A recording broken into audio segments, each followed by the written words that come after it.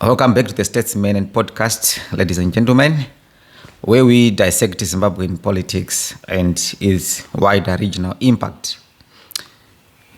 Today, I want to take a very sensitive but a very urgent issue captured in the clash of words between Zanu PF and South Africa's Operation Dudula. This happened a few days ago, where the deputy spokesperson of Zanu PF was interviewed on IOL, and later on there was a response from the leader of Dudula, a response to what Farai had said, and the leader of Dudula is called Dudula. Now, on the surface, it looks like it's just another spat between political actors, but if you dig deeper, you will see this is really about us, the people of Zimbabwe, real people, and the uncomfortable questions we have been avoiding for far too long. So let's get into it. So recently, Zanu PF's Director of Information, your Farai Marapira, he condemned Operation Dudula. He said Africans cannot be foreigners in Africa. Really, Farai? And he said that colonial borders were artificial, and that movements like Dudula, they betray the spirit of Ubuntu.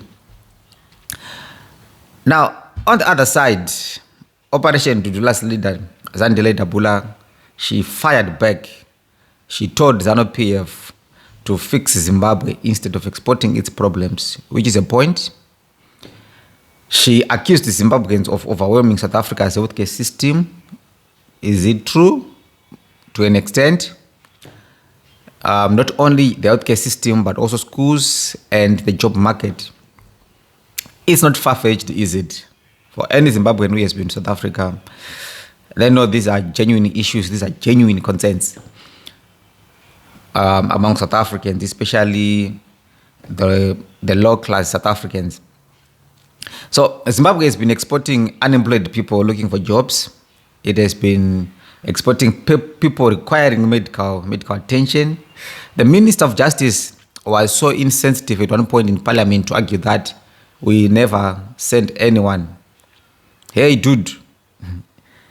You never put anyone on the bus or in a plane to go to South Africa, but it has been the incompetencies, the failures of Zanu PF that he has chased people away from Zimbabwe to go look for better alternatives. So yes, you have sent the people. Is that simple? So this exchange, the exchange between Farai and Zandile, it raises serious questions. Not for South Africans. I'm not going to speak for South Africans. I'm going to speak for Zimbabweans. So the questions raised, they are not for South Africans, they are not for politicians, but for us people as Zimbabweans. What are we doing about the root causes of the crisis? Which is the biggest question in Zimbabwe at the moment concerning the Zimbabwean situation. So the hard questions about Zimbabwe, one must ask, concerns the following, and I'm going to ask them myself. The first one, it concerns governance and accountability. Why are millions of us leaving Zimbabwe? Is it just the economy, or is it bad governance, corruption, and lack of accountability at the heart of it? So when Zanu PF talks about Pan-Africanism, are they truly protecting African unity, or are they deflecting responsibility for their failures at home? And I say it's the latter.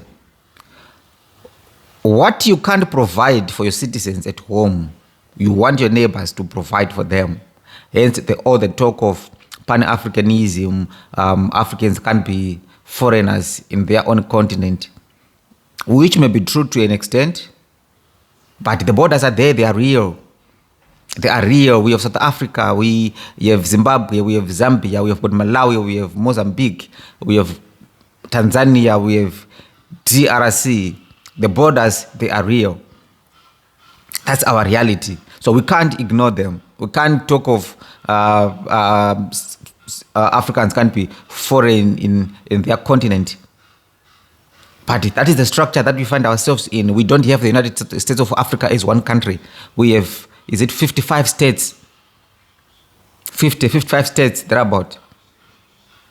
So until we answer that question honestly, migration will remain a symptom of deeper rot. The second is migration is a symptom of domestic failure. So think about this. Our nurses, our doctors, our teachers trained in Zimbabwe, here in Zimbabwe, they are serving South African citizens because they can't survive home. Shouldn't we be asking what can be done to keep our people home? How do we rebuild our economy so that living isn't the only option? Because if we don't, we are going to continue bleeding skills. And South Africa will keep resenting us because our people are going to continue flooding South Africa. That is the easiest and the closest place they can at least earn a better living without many requirements. The requirements, they may be there, but they are not easy to get, but it's also easy to circumvent the requirements. It's easy to get South Africa. So they will keep flooding South Africa, and these issues, I agree with the people who argue that Zimbabwean problems have become South Africa's domestic issue. It's no longer a question of foreign policy when it comes to South Africa. The Zimbabwean issues have become a domestic problem for South Africa. So the third question is healthcare and the public services. This is my third concern. So our hospitals, they used to be among the best in Africa. Today, people cross the border to look for something as basic as paracetamol or just your basic surgery to get a tooth removed.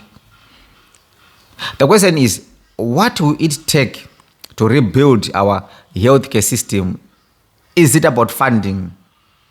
Is it corruption? Or is it simply political will? It's a triangulation of all these factors. The funding, the money is actually there, but it's used somewhere else. Where there are no opportunities for arbitrage, they don't put money there. That's the first thing. Is it corruption? We know we don't have to debate about this. We don't have to argue about this. We don't have to spend a day talking about corruption in Zimbabwe. We know there is a lot of corruption in Zimbabwe. There is too much corruption in Zimbabwe. Is it political will? There is no political will. If there was political will, we would stop buying all these expensive cars for women, for chiefs, for war veterans, and stuff like that. We are forking out millions of dollars for these cars for something that do not benefit many of our people. It doesn't benefit, say, for the people that are receiving the vehicles. Yet something as essential as healthcare is being neglected. So it's a question of political will. Zanu PF does not have the political will to solve this problem. They don't care about the people. Because if it was a government which cared about the people, they were going to address this issue. So probably we may also need bilateral agreements with South Africa so that migration doesn't strain their hospitals while ours remain underfunded. Otherwise, our politicians are very much comfortable with the situation. When people go to South Africa, they'll get treated there. So as we can chill, guys, no worries. Problem is solved across Limpopo. That's so sad. And then another concern for me is Pan-Africanism versus reality. So Pan-Africanism sounds like very powerful Ubuntu, or one Africa, no foreigners on the continent. But here is the harsh reality. When your house is burning, neighbors don't want you moving into their homes. So can a Pan-Africanism survive if individual countries like ours are not fixing their own governance and economies? Isn't the Pan-Africanism supposed to be about dignity and strength, not running away from home? Africa is not only a place, it's the people first and foremost. The things obtaining, the situation that is obtaining in Zimbabwe, it doesn't feel like the government is obtained from the people and by the people. It feels like a government hell-bent on punishing you, to the extent one begin acknowledging that colonial governments were much, much better, which is why it is very important that we conduct proper elections in Africa, because some of the poverty which is being derived by incompetence of the governments is a reflection that this is not the government that was elected by the people, because people can't elect incompetency, people can't elect poverty, people can't elect lack of jobs, lack of electricity, lack of proper education, nothing. People can't elect nothing. People can't elect to be poor, which is why it's very important. And I'm glad SADC really shined the spotlight on the previous elections in Zimbabwe. But we need to give everything to make sure that whatever election that comes next, it has to be a proper election. It's very important that we invest in that as the people of Zimbabwe. And then number 5, regional and diplomatic strain. So SADC cannot keep ignoring Zimbabwe's crisis. And like I mentioned, the previous election, it was really a breath of fresh air. So every year, thousands of people leave. This isn't just our domestic problem anymore. Like I mentioned, it's a regional, not only regional, but a regional security issue. So the question is, how long before our neighbors lose patience? How long before borders tighten and diplomacy turns sour? And what happens to Zimbabwe's sovereignty when the region starts seeing us as a burden, not a partner? The Zimbabwe government oftentimes put the sovereignty card in their foreign policy statements. But how sovereign are we when our issues, we are exporting our issues to our neighbors? They definitely become more invested in how we run our things, how we conduct our elections, how we can't improve our economy. Because the collapse of that economy has resulted in people not fighting the government because the environment is also too brutal for them to fight. So what do? Let me go find somewhere else where I can work for my family.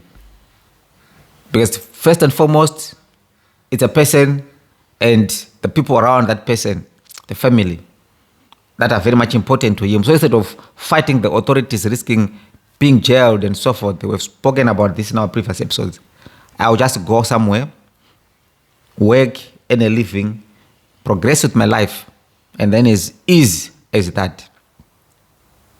Now that is now bearing a lot of problems of in foreign countries, South Africa especially, where the people who left Zimbabwe, they found jobs in South Africa, and South Africans are saying, without jobs, are saying, you are taking our jobs. If you were not here, we would be having these jobs. Or you are taking our sports in our clinics, in our hospitals. We shouldn't be in this queue this long for the whole day if these foreigners were not here. And rightly so for them to feel that way. But we need to fix our things. And I always argue that elections is the starting point. It's a starting point for this. Okay, let me move to the next one, the danger of xenophobia, a concern which arises from all these problems. So we need to be real, guys. Hostility against Zimbabweans has been growing in South Africa. We have seen it. We currently see it in Operation Dudula. We have seen it in attacks on migrants. So I will ask, what if this spreads to Botswana? What if this spreads to Zambia? What if this spreads to Namibia? So we must always ask, are we prepared for a future where Zimbabweans are scapegoated across Southern Africa because we can't fix our problems in Zimbabwe? And it's not like we don't know where the problems are coming from. We know where the problems are coming from. It's the government. First and foremost, it is the government. So I don't want to spend the whole time talking about our problems as if they don't have solutions. They also have solutions, and I'm going to provide some pathways to solutions. So the way forward for me is captured in the following questions. Do we need serious political reforms to restore confidence in Zimbabwe? Do we need the diaspora to play a bigger role in rebuilding the economy? Do we need a genuine national dialogue to break this cycle of failure? I am glad the other opposition political parties, I think championed by Nelson Chamisa, they've been speaking about dialogue. And we have also some civil society actors. Ibo Mandasa, for one, has been leading and championing also this idea of having a dialogue. And definitely, and I think we are at that point where we need that dialogue. But for us to be in that position where we can say, let's dialogue now, it all depends on the willingness of Zanu PF. And they need to accept that they have failed. And right now, during the past week, they've been doing deregulation of the regulations that they have passed before. So you have got a license plate which was costing $140 US dollars. And then the price went up to $500 US dollars. And now it has been taken down to $50 US dollars. So what it means is the people have been ripped when the price was $140. The people were ripped also when the price went up to $500, because at $50 they are still making a profit. They are still making a profit. So we need a dialogue. Zanu PF need to understand that they have failed, and we can't continue continue doing merry-go-round like this. It's time that we take a shift. And I also think it's a good point, it's a fair point to say we need to dialogue, people need to talk, bring in. South Africa, they are doing a national dialogue of their own. Yeah, it has its own critics, admittedly. But Zimbabwe needs a dialogue, even so more than South Africa does need one. So I hope to see a day when that discussion is seriously considered. So that is the thing, my people.